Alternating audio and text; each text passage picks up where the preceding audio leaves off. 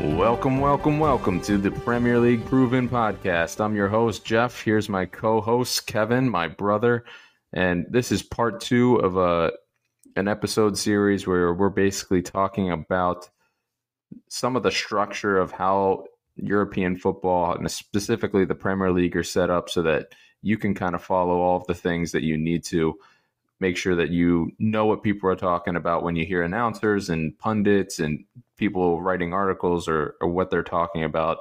And this is some of the basics that you're really just got to want to know if you're going to follow the sport. So first things first, we know it's a lot of information. And that's the great thing about podcasts is you can listen to them as many times as you want. So we encourage you to listen to our podcasts as frequently as you possibly can, just to make sure that you are getting all of the information. We would not want you to leave here without capturing every single piece of information.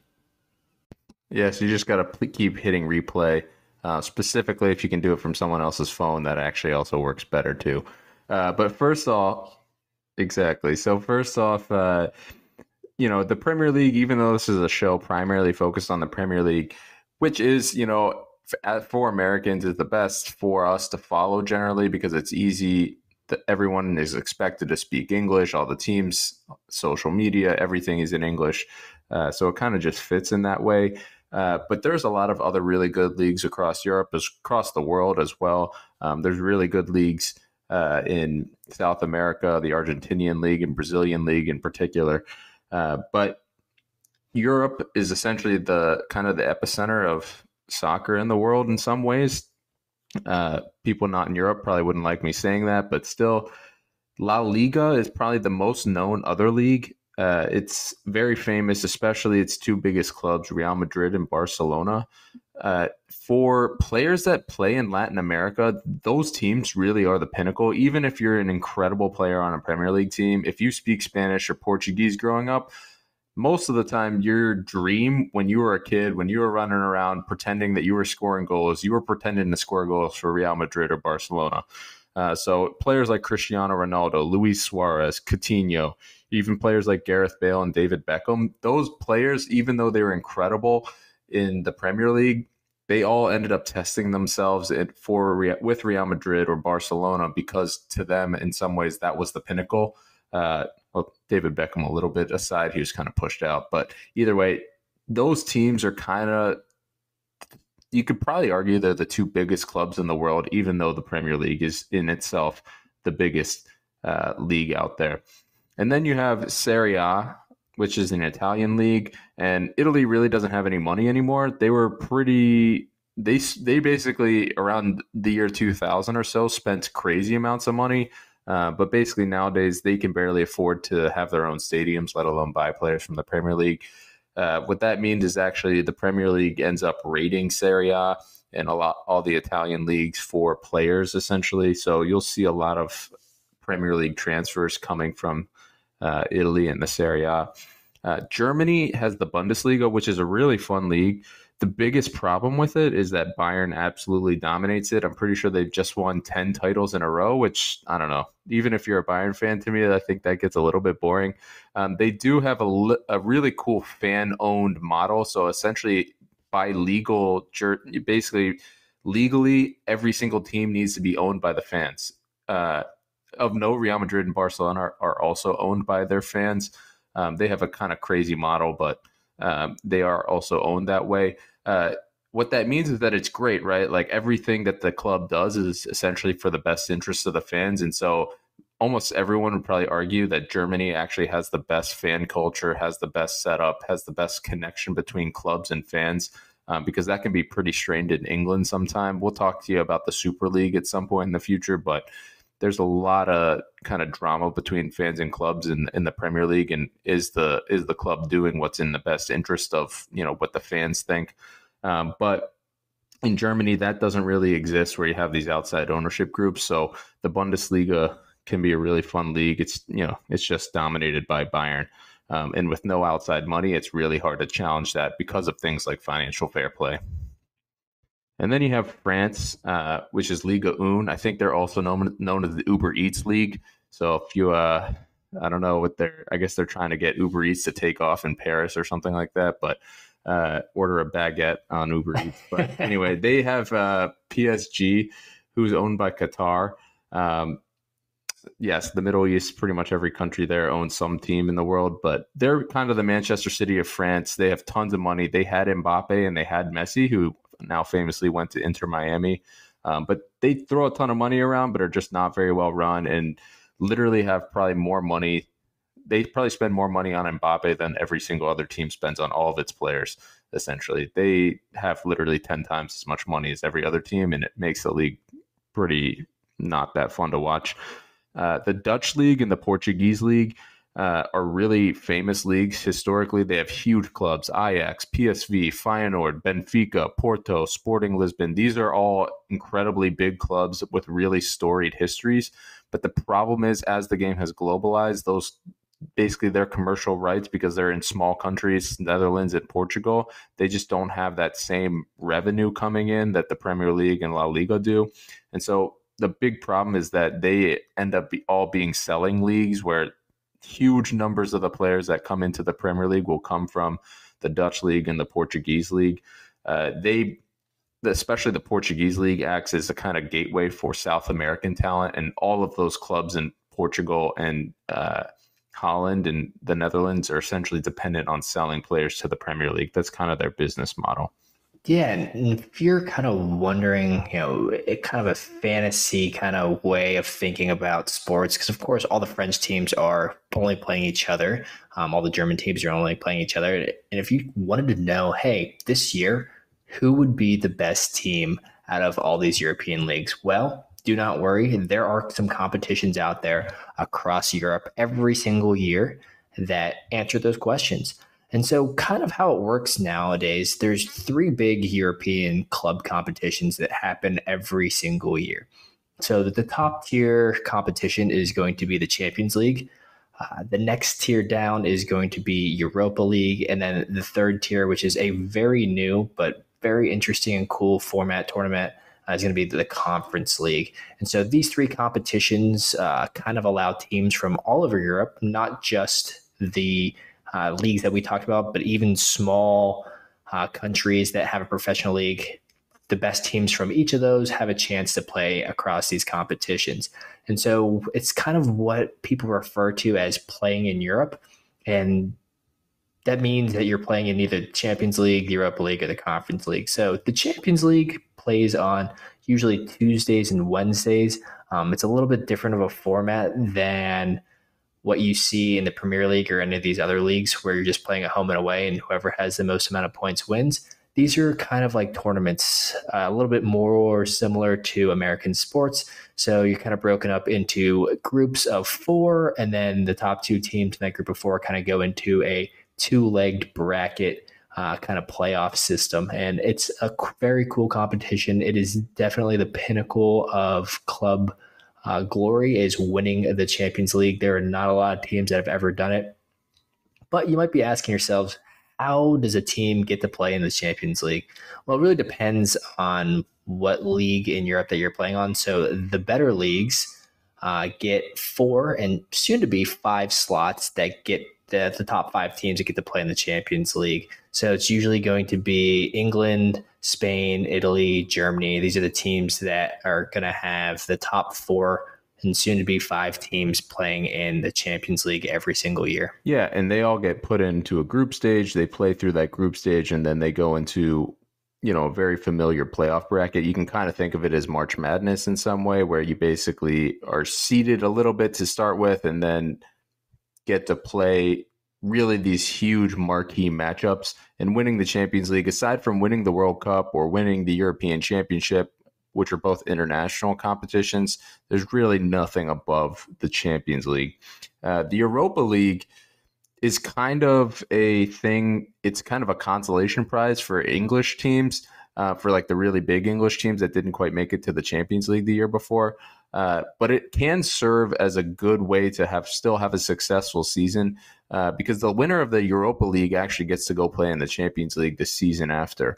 It's a lot less prestigious than the Champions League, but it's still winning silverware. It generally signals that your club is going in the right direction, so it can still be a really important, really fun competition. And like you were saying, you actually get to play some, when you play in the Champions League, you're going to like Milan, or you're going to Madrid, or you're going to Munich. You're playing, big teams in big European cities. When you play in the Europa League, and then let alone the Conference League, you're going to play like some Romanian team. You're going to Cyprus.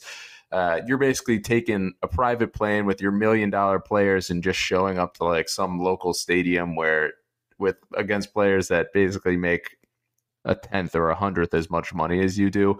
And it's always classic for some English team to go away to like some team in Turkey or something and basically put on some terrible performance, lose 2-0 after flying, a couple thousand miles, and lose to some team with players that no one's ever heard of.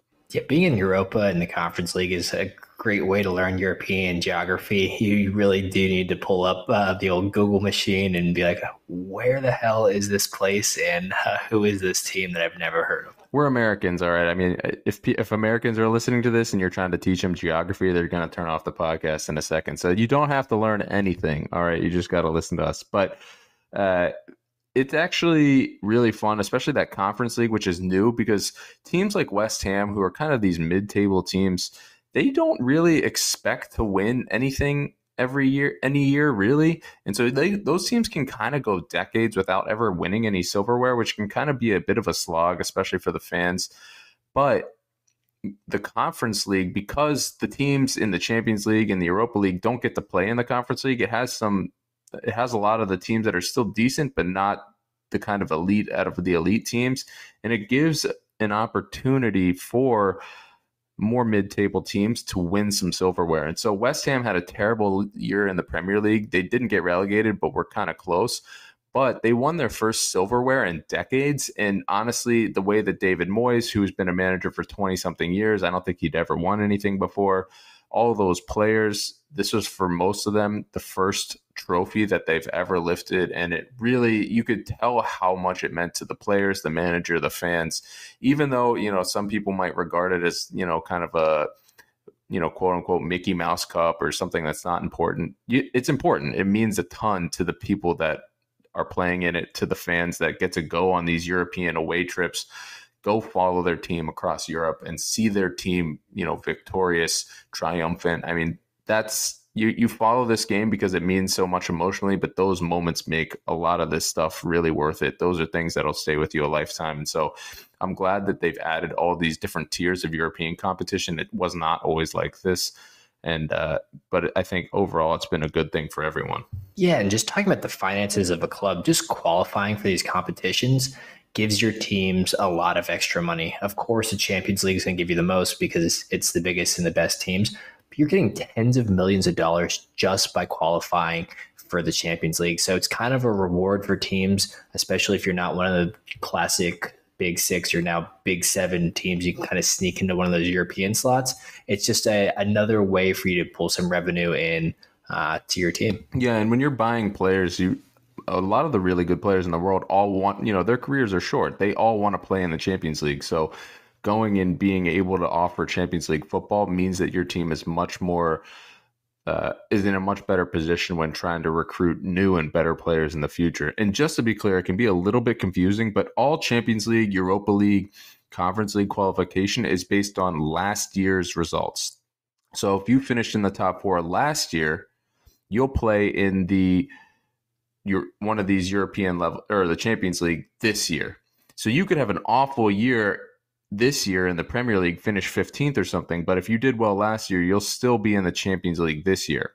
If you don't do well this year, you won't make it for next year, but it's always there's always that lag there where the qualification is based on who was good last year, which makes it a little confusing because you can see a team not doing well in the Premier League and be like, why are they in the Champions League? That doesn't make much sense, but it's because they did well in the season before. And I will just say that everybody wants to play in Europe. Every team wants to, but squads are actually also built to, some managers really like having a small squad of guys that they can really get a good, fluid, efficient system built into them with a good understanding between players.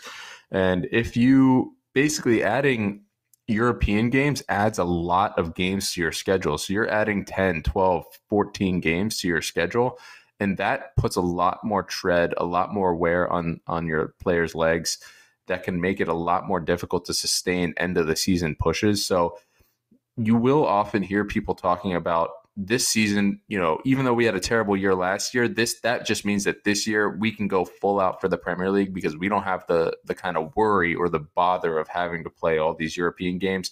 We can plan and game plan for our next opponent, train for our next opponent, stay fresh for our next opponent, while the other teams have to basically jet around Europe and play midweek games. Yeah, so just to sum it up on when to watch the Champions League, Europa League, and the Conference League. So again, Champions League is going to play on usually Tuesdays and Wednesdays. And that's usually going to be around 3 p.m. East Coast time. And then the Conference League in Europa play on Thursdays, also around that 3 p.m. East Coast time. So a little bit hard to watch some of those competitions, but we all have smartphones nowadays, so never above just having Champions League on, while you're in the office, while you're pretending to do some work. Yeah, you got to do what you got to do. But the other two things that are outside of Europe, but also I think can get really confusing for people that are just getting into soccer, is kind of the League Cup and the FA Cup. So every league, all the leagues that we talked about, La Liga in Spain, Serie A in Italy, they all have a domestic cup. England just tries to be a little extra confusing because they actually have two cups. One is called the FA Cup. One is called the League Cup. These are kind of competitions in and of themselves that are outside of the Premier League, but they're still made up of all the Premier League teams. The FA Cup in particular is the oldest competition in the world in terms of soccer. It's actually really cool because any team can win. Like, you could literally sign up with your buddies. As long as you do it through the FA, you can basically make your own club with your buddies down at the pub, sign up, join the lowest division of English football, which is, I don't know, something like the 13th or 14th tier or something like that.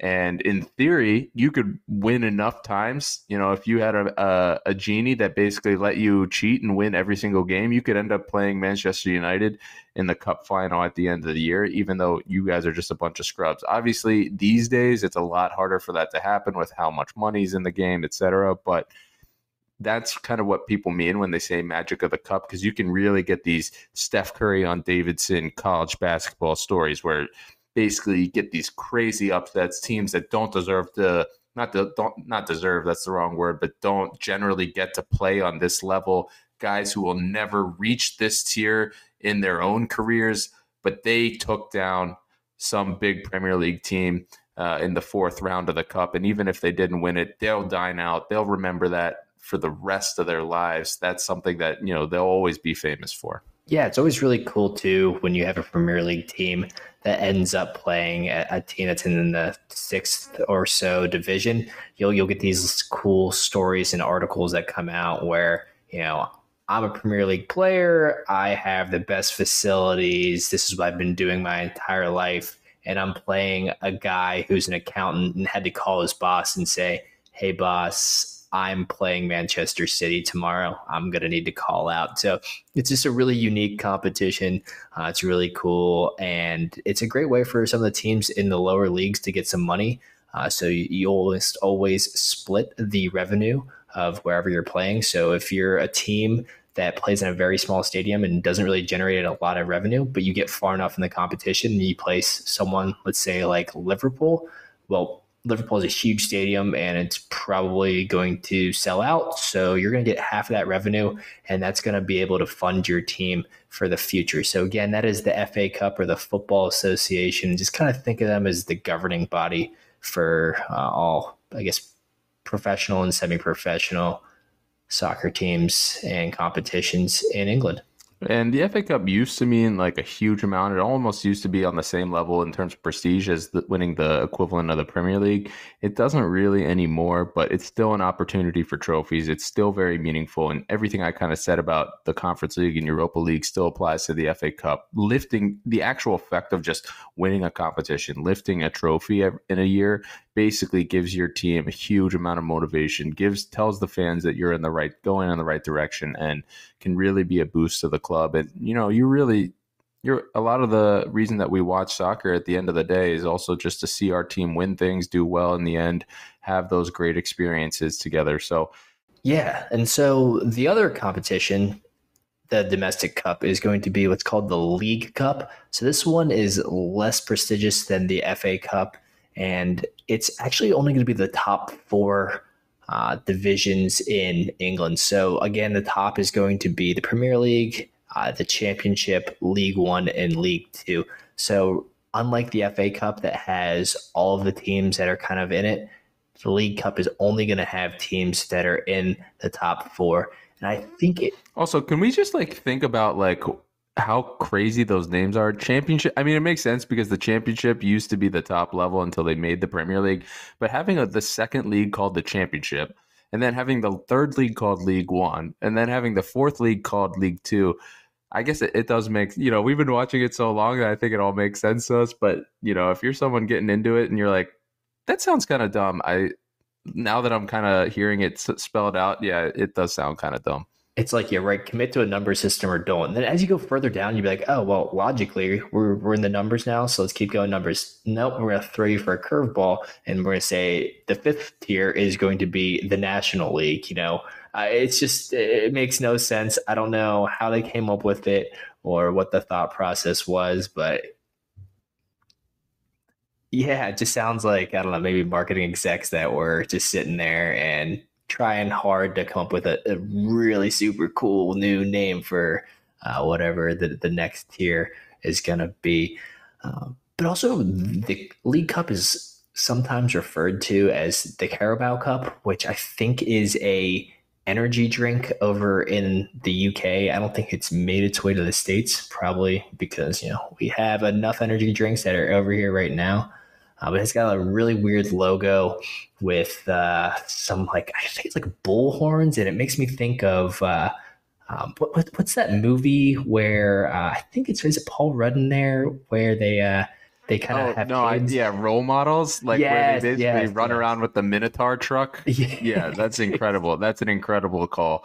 I mean, it's basically exactly like that. It's a weird green energy drink sponsor, but they change the names of these every year. So if you've ever heard it called the Barclays Premier League, that's because Barclays, I guess the bank, used to sponsor it. They hate it when you call it Barclays now because they're trying to get somebody else to sponsor it and pay more money. It's kind of like Xerox or something. But anyway, the League Cup, good thing to win, but generally a smaller competition. And then, if you've been following soccer, you're interested in soccer, there's no way you haven't heard of the World Cup. No way that you haven't seen some of these international games. And there's a huge difference between the international game and the club game.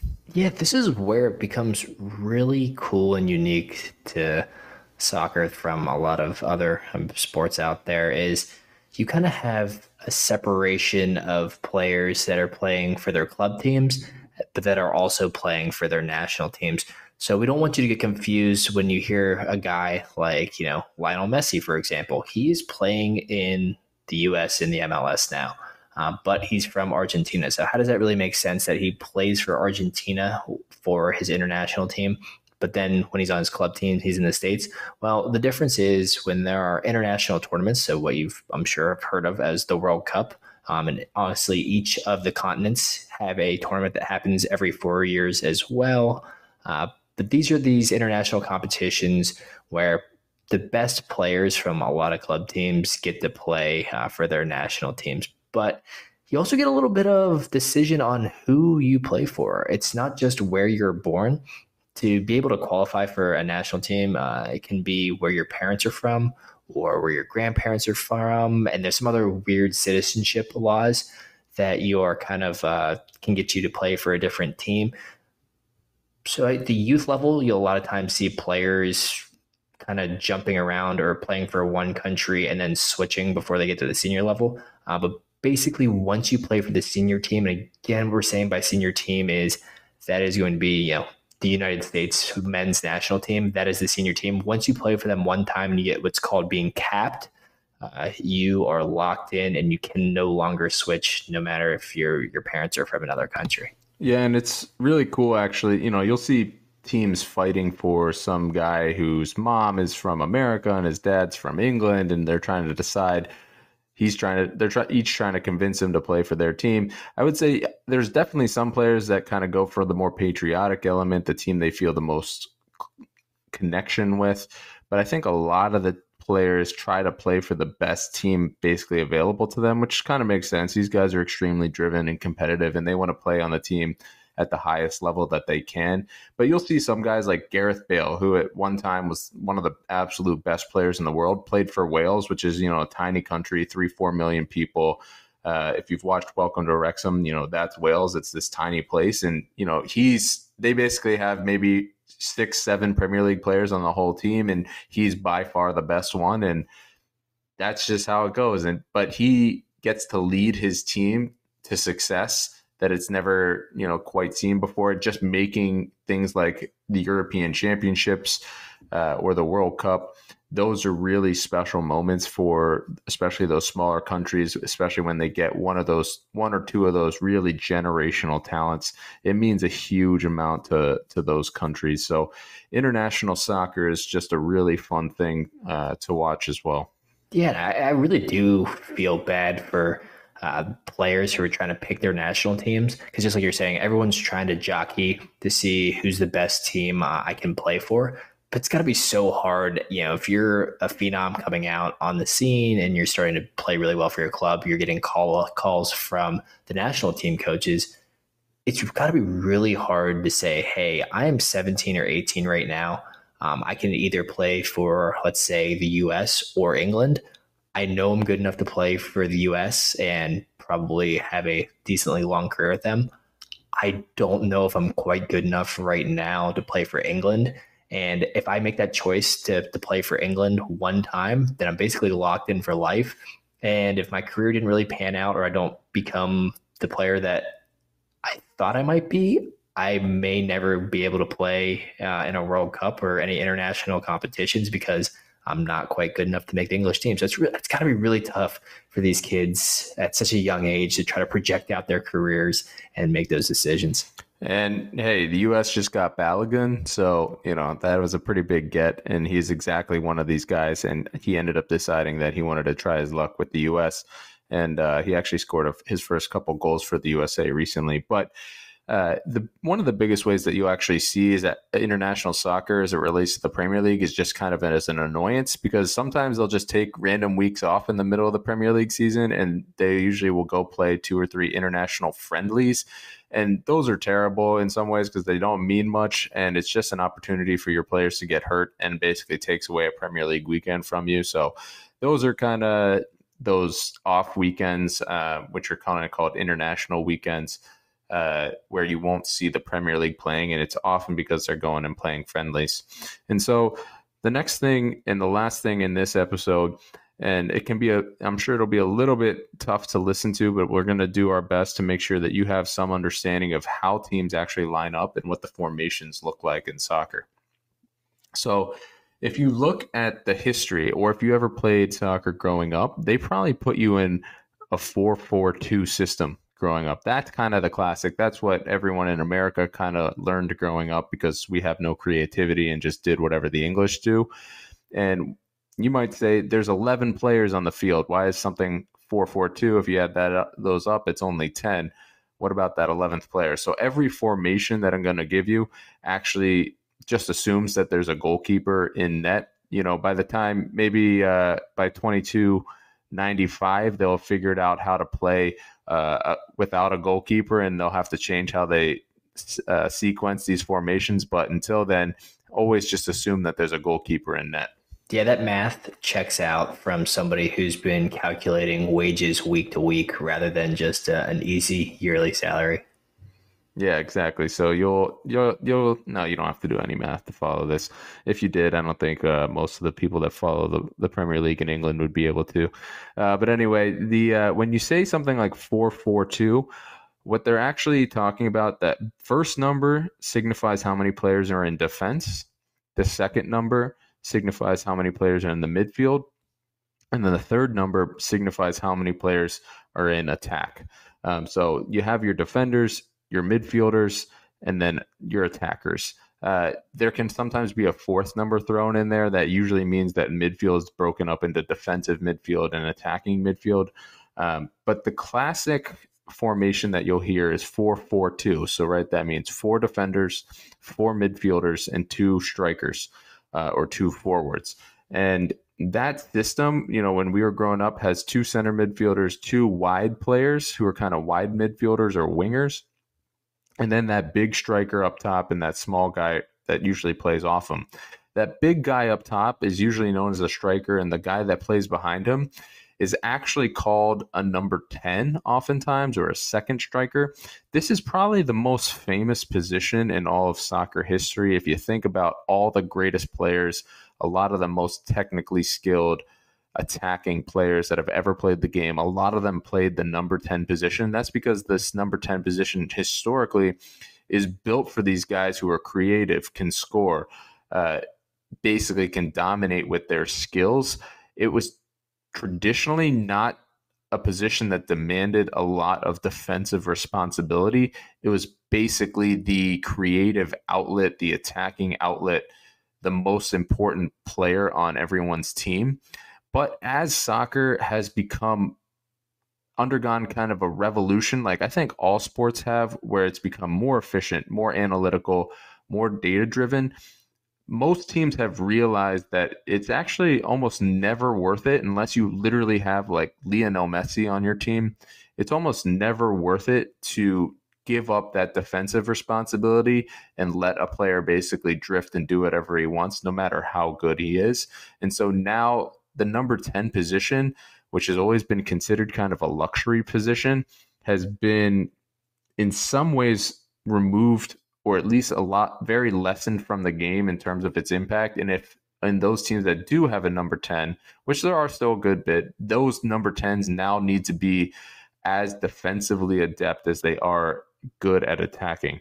But the 4-4-2 transition to the 4-3-3 in large part because they figured out, hey, maybe we don't need this number 10. If we create a more efficient attacking system as a whole, our team can actually be better. And if you listen to the History of the Premier League podcast, that we did earlier, Arsene Wenger was a big proponent eventually of creating the 4-3-3.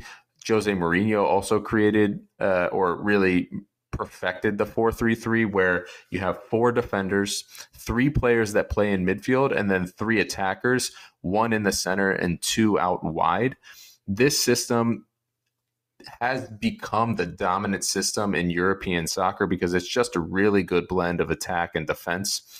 I do just want to clarify that if you think of formations, do not explain how teams are set up, how teams play. There's so much more complexity, depth to it than just that numbering system. For example, you could have two teams that both play 4-3-3 when they show the lineups at the beginning of the game, but they can play completely differently.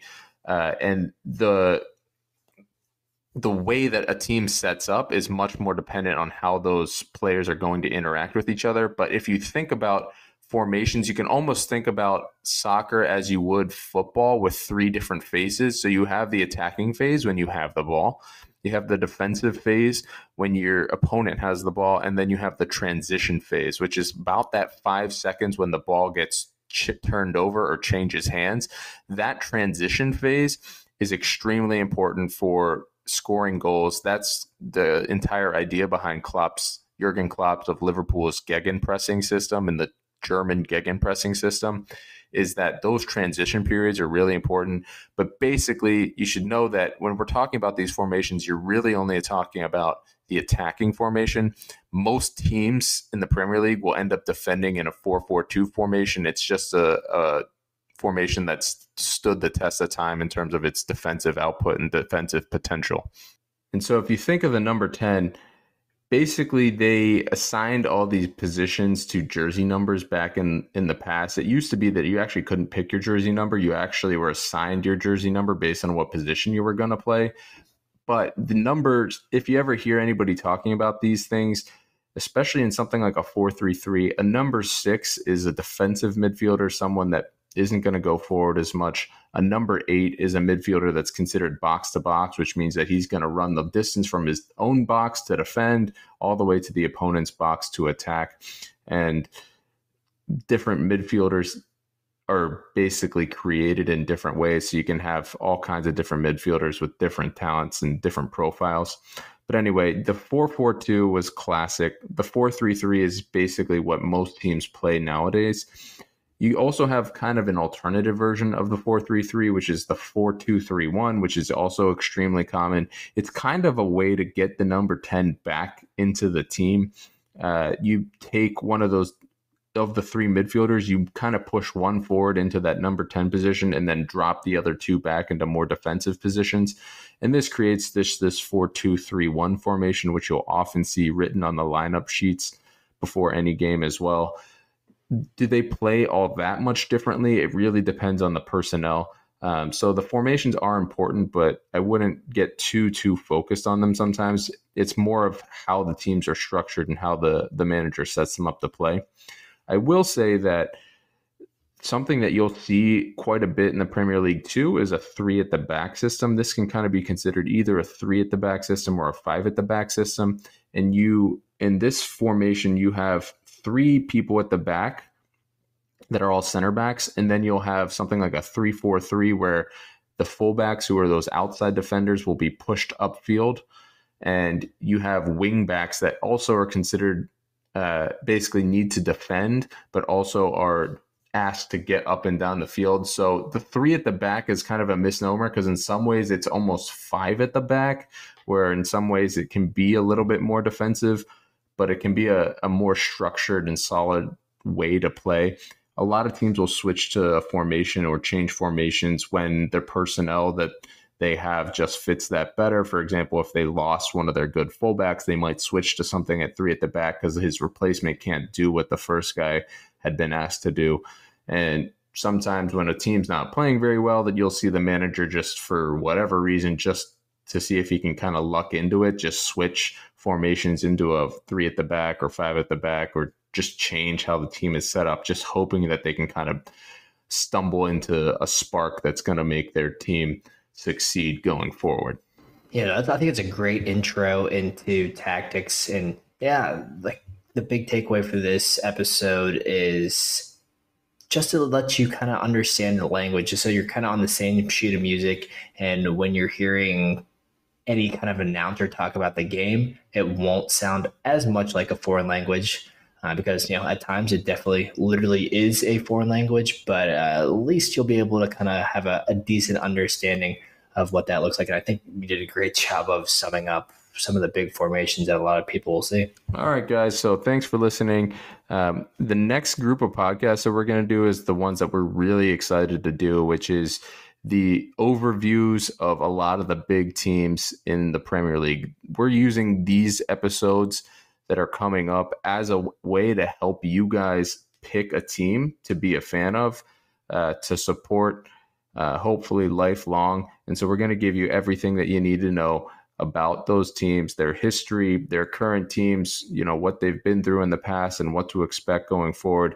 And also, what we call the hope to heartbreak scale, because honestly, watching soccer, just like watching any sport, is mostly heartbreak. And then, maybe if you're lucky, or if you follow Manchester City, then you'll get some